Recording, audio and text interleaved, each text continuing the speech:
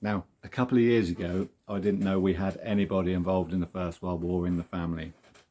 As it turns out, we have two. Now, a very good friend of mine, Rory Stevens, is a battlefield historian that specialises in the First World War. And he said to me once, there's so many generations since the First World War that pretty much everybody in the country had someone involved in the First World War in one form or another. So after asking about and speaking to Uncle Dave, my dad, Auntie Anne, I found out about Private Ernest Wilkins and Petty Officer Charles Biss. So Rory's done a fantastic job in looking into all this, and he's come up with all sorts of information. Now, the problem he often faces is that during the Second World War, the records office in London was bombed and a lot of the records were destroyed. Now, in this instance, the records for Private Ernest Wilkins and Charles Biss have both survived, and I've actually got copies of the original documents that show charring around the edges and what, so we really were lucky that it all still exists. Now, the first video is going to be about Private Ernest Wilkins. I'm going to try and keep it short. I'm not going to bother to put all the original copies up on the camera of the documents. If you want to see those, I'm quite happy to post them to you. And you can have a look through. They're quite interesting. Some of them are quite hard to read because they are original handwriting, but they're pretty good and they're nice to have. So I'm happy to send you copies if you'd like. So let's start with Private Ernest Wilkins, born 1881, height 5'2½", lived at 52 Keppel Road, East Ham. He was an insurance agent. He previously served with the Northumberland Yeomanry, where he served in the Boer War and received this medal. Now, the Boer War is not something that Rory specialises in, so we've kind of glossed over that. We know for a fact he was there, and he was a serving soldier before the Second World War, the First World War, beg your pardon. So he married Nellie Ruth at St Bartholomew's Church, East Ham, April the 17th, 1911. So just before the outbreak of war. Now, Henry George Stanley was his son, was born on the 19th of January 1912, again pre-war. Gladys Amy Mary was born 9th of October 1916. Now, after the outbreak of war, for whatever reason, which we'll come to later, he decides to enlist. Actually enlists as an old soldier. He's actually 35 when he enlists. He's 36 by the time he sees service. Enlists November 1915. It's described as having a chest 39 inches. Distinguishing marks: he's got a scar above his right ankle and the bottom of his spine, which could be industrial injuries, could be a childhood thing, or it's most likely injuries that were picked up during the Boer War. He moved to the Army Reserve Depot number 4 in Ripon the next day. On the 15th of May 1916, the officer commanding number 4 Depot, RFA Woolwich, requests his transfer. So he's not there for very long, in fact about 6 months. On the 19th of May, he is posted to the RFA depot. On the 10th of June 1916, he is attached to the 6th Reserve Brigade, RFA, as a driver. So at this point, we don't think he's overseas, he's still in this country. On the 21st of June 1916, so this is only 11 days later, he transfers to the 6th Battalion, West Yorks, as a private. On the 1st of September 1916, he briefly serves in the 13th Battalion, West Yorks 30th Div Training Battalion. Now, it's probably gone into training battalion because at that time, at 36 years old, he's considered an old soldier and probably a bit too knackered to see active service. On the 26th of September the same year, 1916, he's in the 5th West Yorks in the 49th Division. On the 13th of October, he joins the 8th West Yorks in the 49th Division and takes part in the Battle of Polka Pal.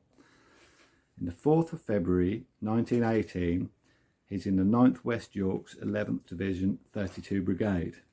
On the 11th of May 1918, he's back at depot.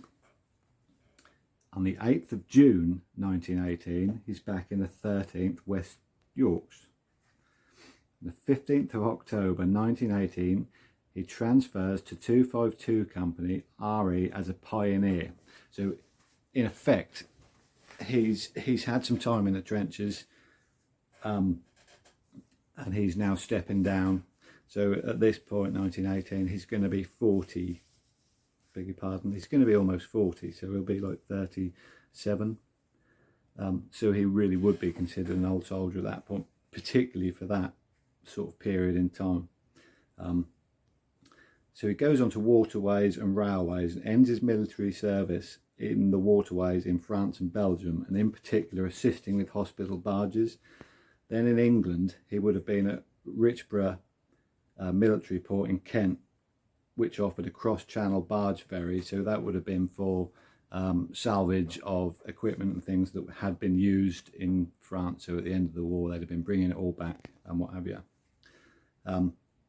Now, interestingly, you see, there's a lot of movement in 1916. So, for example, he's gone 15th of May, 19th of May, 10th of May, 21st of June, 1st of September, 26th of September, 13th of October, 4th. He's moved about. He's made requests to be moved. Now, what we think's possibly happened there, he signed up for active duty at the age of 35. We think he might literally be looking for a fight. So it looks like he might have swapped about in order to get where he needed to be to take part in a battle or battles. Now the Battle of Pol Capal in 1917 is actually quite a big deal. Now it's part of Flanders. It's in Passchendaele, so you would have heard all the stories about the mud and the horrible conditions and what have you. Well, he actually took part in that, and I've got his war diary for his company here.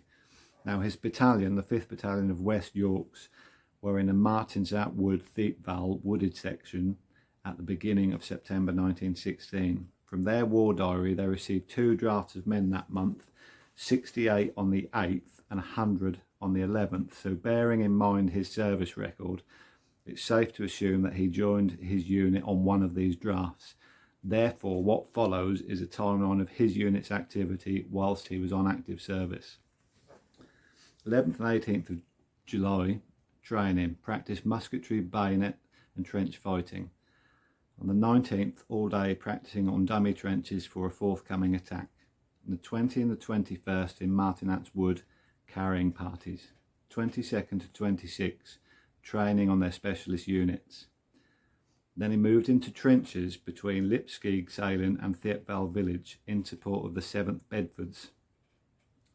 In 1916, out of the line resisting in Bienviers, some line holding, but it was quite quiet. So he's out of his trenching at this point, literally on duties, resisting, etc. On the 13th of October 1916, he joins the 8th West Yorks Leeds Rifles, the same division. In November 1916, he's still in Bienviers, holding the line. They move forward to do the same. In December 1916, all's quiet. January 1917, training, hut building, holding the line. February 1917, quiet. March 1917, holding the line. 25th of March, there was an enemy attack on their trenches. April, training, patrolling, trench raids and holding the line. So trench raids meant that he at some point would have left the safety of our trench, the relative safety of our trenches, would have gone over the top and done a raid on the German trenches. On the 2nd of May, he went out on a fighting patrol.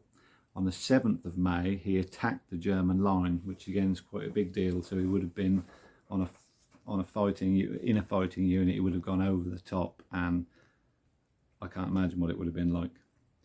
June 1917, all quiet. July 1917, they moved to the Belgium coast.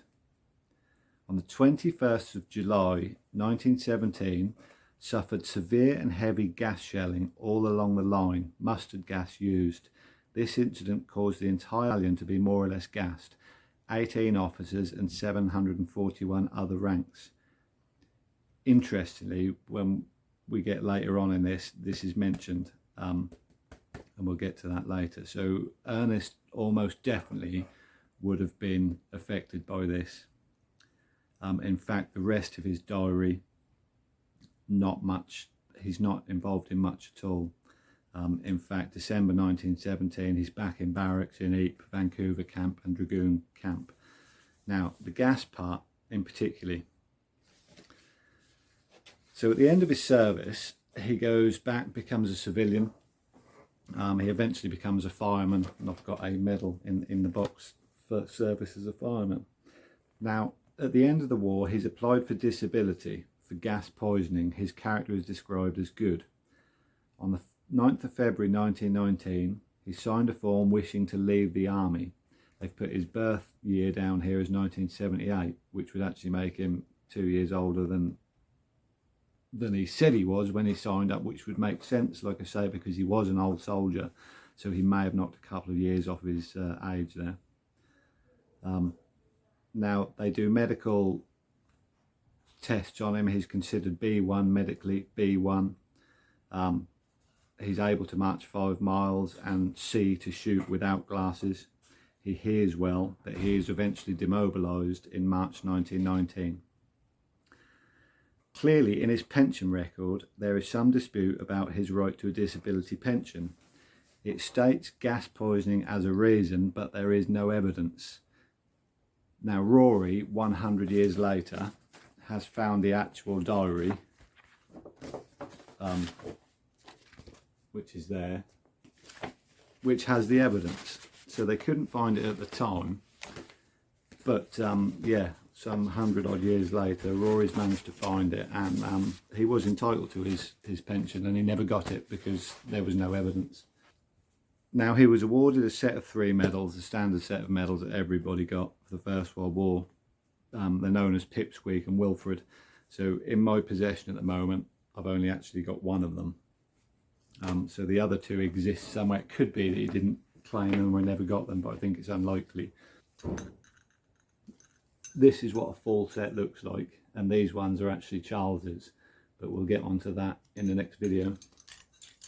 So like I say, if you want to see the paperwork, I can send it along to you. I'll make some copies and send it along. It's quite interesting. There's a couple of maps of where he served. But yeah, I hope you found it interesting, and the next video we'll do Charles.